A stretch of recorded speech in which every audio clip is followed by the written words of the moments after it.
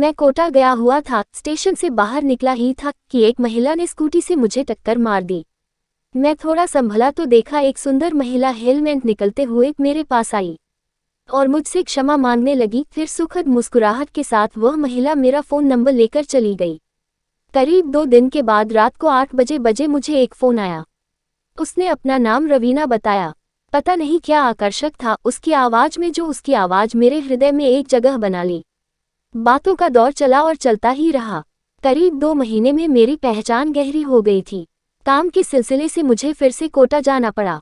रवीना को आने की खबर बताई तो वह बहुत खुश हुई। मेरे पहुंचने से पहले ही वह वहां पर खड़ी थी। मुझे देखकर रवीना जी मुस्कुराते हुए बोली, नमस्ते जी। वही बातों में मैंने उनके पति के बारे में पूछा तो बोली, हमारी लव मैरिज हुई थी। कुसंगति में पड़कर उन्होंने अपनी जिंदगी खत्म कर ली। 5 सालों से मैं अकेली हूँ कि रवीना जी की आंखें भर आई। मैं रवीना को तसल्ली देने के लिए उनके पास गया।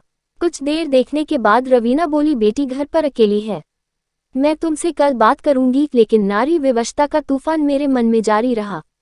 अगले दिन रवीना का फोन आया। उन्होंने मुझे अपने घर आने को कहा तो मैं उन्हें मना ना कर सका। वहां गया तो आज रवीना का अलग ही रूप था। उस दिन रवीना काली जीन्स पैंट और पिंक टॉप पहनी हुई थी। वो एकदम हीरोइन लग रही थी। खुशबूदार रूम में धीमी रोशनी के साथ संगीत बज रहा था। मैंने रवीना को देखा तो उनके चेहरे पर एक सुकून था और चेहरे पर हल्की सी मुस्कुराहट थी। मैं अंदर गया तो रवीना जी ने मेरा स्वागत किया।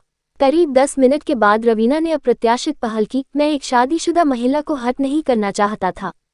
मैंने वहां पर खूब बातें की। रवीना की बातों से लगता था कि वह अपने लिए लाइफ पार्टनर की तलाश कर रही है, पर मैंने रवीना से इस बारे में कुछ नहीं बोला क्योंकि मैं रवीना को दुख नहीं देना चाहता था।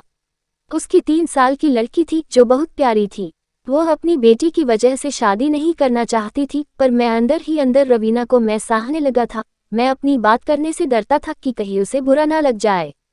खाना पीना खाने के बाद जब मैं वहां से आने लगा तो उनकी आंखों से आंसू निकलने लगे थे।